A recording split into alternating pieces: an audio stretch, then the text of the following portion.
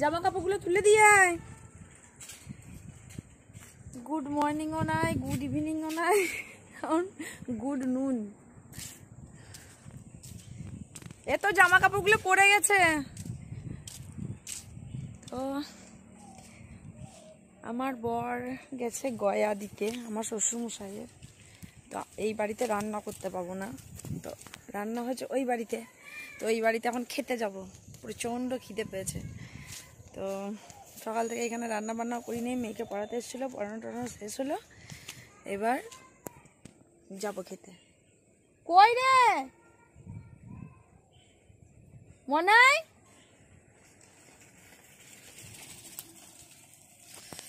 তো রোদ তাকাতে পারছি না। আমি যাচ্ছি, তুই আয়, গেট টেনে দিয়ে আসবি। চলো ওইখানে গিয়ে দেখা হচ্ছে আমার। দিদুনের ঘুরতে দেখ কত সুন্দর। আয় পায়রা বসে আছে, মুখ বার করে যা, চলে গেল উড়ে। কালকে এইখানে একটা অনেক বড় গোখরো সাপ বেরিয়েছিল। আমার বাবার খুব ভয় হয়ে গেছে, মায়ের তো হয়েছে, কারণ মাকে কিছুদিন আগেই সাপে কেটেছিল।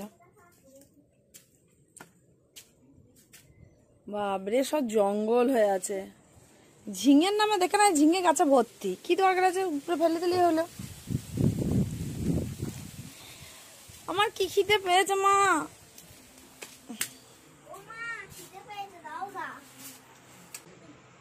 ঠাকুমার কাছে এলি ঠাকুমা ঠাকুমা গন্ধ বেরোই। দাদুর গায়ে এরকম মুহূর্ত, বয়সকালে মনে হয় সবার গায়ে এরকম একটা কি সুন্দর একটা স্নিগ্ধ গন্ধ বের হয়। আর আমার মা তখন খুব ব্যস্ত টিভি দেখায়।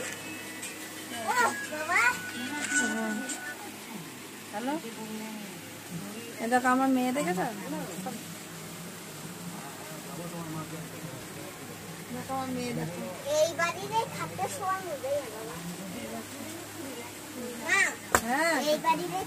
হ্যাঁ তো মজাই আলাদা। শুই পড়ো।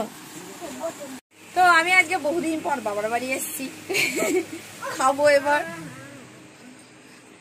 খাবো। এতকাল এখানেই রান্না বান্না হচ্ছে, আজকে আমার মা রান্না বান্না করে রেখে দিয়েছে, আজকে আমি খাবো। পিঁপড়ে লেগে গেছে, কি পিঁপড়ের অত্যাচার।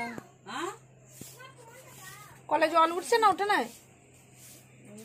আমি বাবা ঢুকে আছে, আমি আর বেরোতে আসতে পারছি না, কত আল্লাহ দিয়ে আসতে বললাম, তো শুনতে পেয়েছে নাকি কে জানে। যেমন লাইটিং হচ্ছে, যেখানে দেবে দাও, আমার খাওয়া নিয়ে কথা।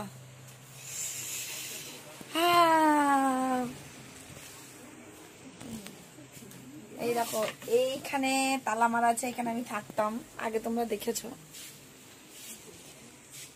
দেখো এটা কলতলা, এখানে রান্নাঘর, এটা উঠোন, এখানটাই আমি থাকতাম। আর এখানে বাসন টাসন ধুতাম, স্নান করতাম, এই জায়গাটায় স্নান করতাম, বাসন ধুতাম, সব করতাম। চলো দাও দাও দাও, খিদে পেয়েছে, ঘুম পাচ্ছে, খিদে পেয়েছে। আমার অবস্থা দেখো কেমন শোচনীয়। আমার এখন প্রচন্ড ঘুম পাচ্ছে, কাজকর্ম না থাকলে যা হয় আর কি। আর দেখো মাথার চুলে এত তেল দিয়েছি। তো আমাদের তো নিরামিষ খাবার, আমরা তো এই কদিন নিরামিষ খাবো। তো যেহেতু ওখানে পিণ্ড দিচ্ছে, আমিষ কিছু খাওয়া যাবে না। আজকে আবার বাড়িতে উনুনই ধরাতে পাবো না, সেই জন্য এইখানে রান্না টান্না হয়েছে শ্বশুরমশাইয়ের আত্মা শান্তির জন্য। তো চলো খেয়ে নিই, তারপরে কথা বলছি। পিণ্ড দেওয়া হয়ে গেছে, ওদিকে আমার বর খেয়ে নিয়েছে, ওর পিণ্ড দিয়ে খাওয়াও হয়ে গেল। আর আমরা এখনো বসে আছি, আমার মেয়ের জন্য লেট হয়ে গেল, কারণ ওকে পড়াতে এসেছিল। দেখো আমার মা দিয়ে দিয়েছে। কিসের তরকারি মা এটা? কুমড়োর তরকারি, কুমড়োর তরকারি, বেগুন ভাজা, আলু সিদ্ধ আর শাক ভাজা, আলু ভাজা। চলো খেয়ে নি কপ কপ করে। এ তুই যাবি না তো মনে হয়? চল, আমার খাওয়া হয়ে গেছে, এবার যাবো। ওই বাড়িতে অনেক কাপড় মেলা আছে, তাছাড়া বাবা স্নান করছে, বাবা আবার বেরিয়ে আসবে। আবার তালা টালা মারতে, কিন্তু ঘুরতে দিয়ে দেবো।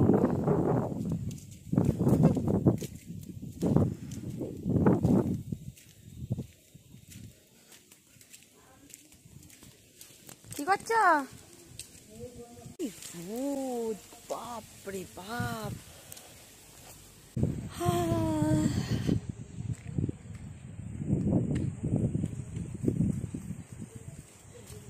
পেঁপে গাছগুলো, এই পেঁপে বলছি, কচু কচু গাছগুলো সব শুয়োরে খেয়ে দিয়ে গেছে। আমাদের গ্রামে তো শুয়োর নেই, কারা সব এসেছিল। আর আমার পেঁপে দেখিস না, আকাশের রংটা ওয়াও দারুণ, পুরো শরৎ এসে গেছে। কত সুন্দর লাগছে আকাশটা আজকে, পুরো পুজো পুজো লাগছে, এত মনটা পুজো পুজো পুজো পুজো লাগছে না। আর এই দেখো, এগুলো সব কাঠ সিম, কত সিম ধরেছে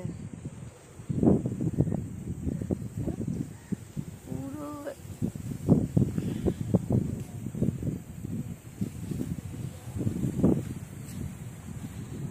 আর ঘরে যে কি করে পিঁপড়ে মারবো কিছু বুঝতে পারছি না।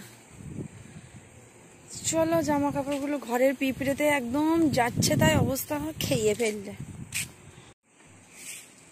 জামা কাপড়গুলো তুলে নিয়ে হাওয়ায় পড়ে যাচ্ছে সব। বাবারে,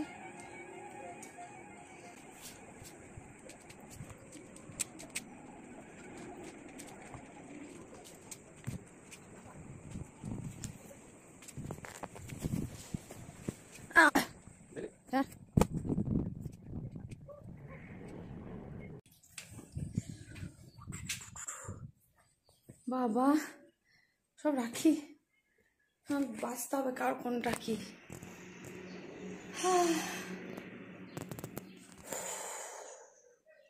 সত্যি গরম।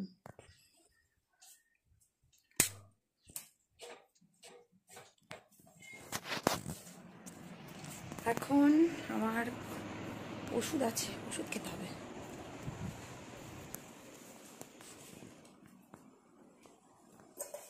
দেখো, আমার একটা পিতলের ঘড়ি, এই পিতল বলছি তামা, কিন্তু এটা মাজতে হয় প্রতিদিন, নইলে দাগ ধরে যায়। আর দাগ ধরেও গেছে, সেই বিষয়ে কোনো চিন্তা নেই। চলো ওষুধ খেয়ে নি, কদিন ধরে ওষুধ খেতে ভুলে যাচ্ছি, ভালো লাগে না ওষুধ খেতে। কবে থেকে ওষুধ খাচ্ছি না, এইটা চলো।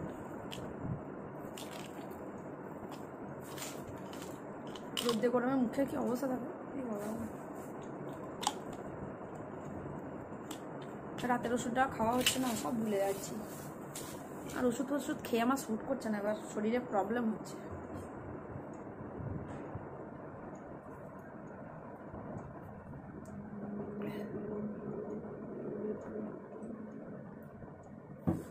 এই ভিটামিন ওষুধগুলো কেন তো গন্ধ হয় কে জানে।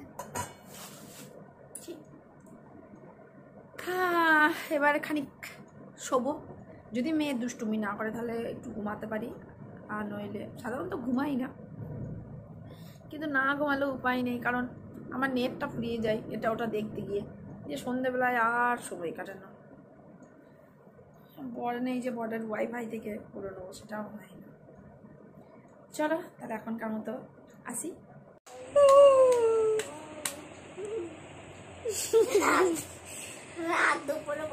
তো সবাই ভালো থেকো, সুস্থ থেকো, সাবধানে থেকো, বাবার কাছে প্রার্থনা করি।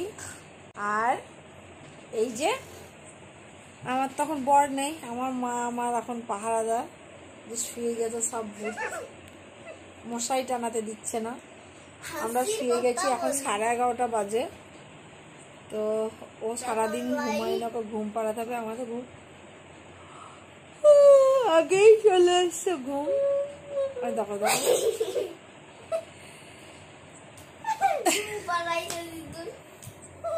আমার মা ঘুম পাড়াতে গিয়ে নিজেই ঘুমিয়ে যায়। আমার ঘুম পাড়ানো অত সহজ নয়। ঘুম পাড়ানি গান করতে হবে।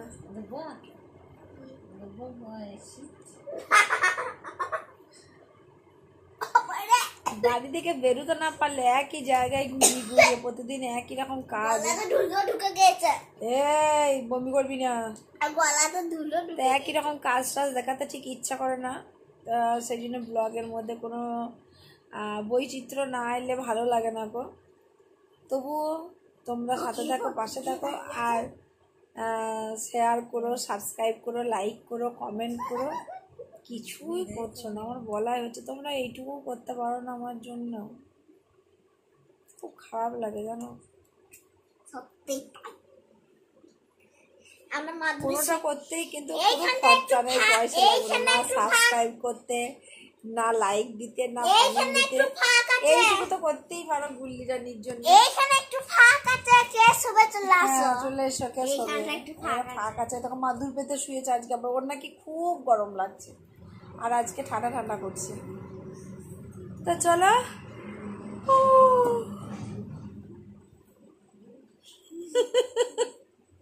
ঘুম চলে এসেছে আমার। মা দেখো গা হাত পা চুলকাতে লেগেছে। তো আজকের মতো ব্লগটা এখানেই শেষ করছি, যদিও সেরকম কিছুই ছিল না। কারণ কারণ কারণ আমাদের এখন পিণ্ডদান চলছে গয়াতে। তো এই বাড়িতে রান্না টান্না কিচ্ছু করতে পারছি না, খাচ্ছি সিদ্ধ ভাত, তাই কাজের কোনো ঝামেলাই নেই এখন। আর আমি তো সেরকম মানে কাজ করতেই পাবো না। এক নম্বর আমি অসুস্থতা যা আছে আছে। এখন বোধহয় আমাদের ঔষধ চলছে নাকি মা? তা ঔষধের মতোই তো সব কিছু।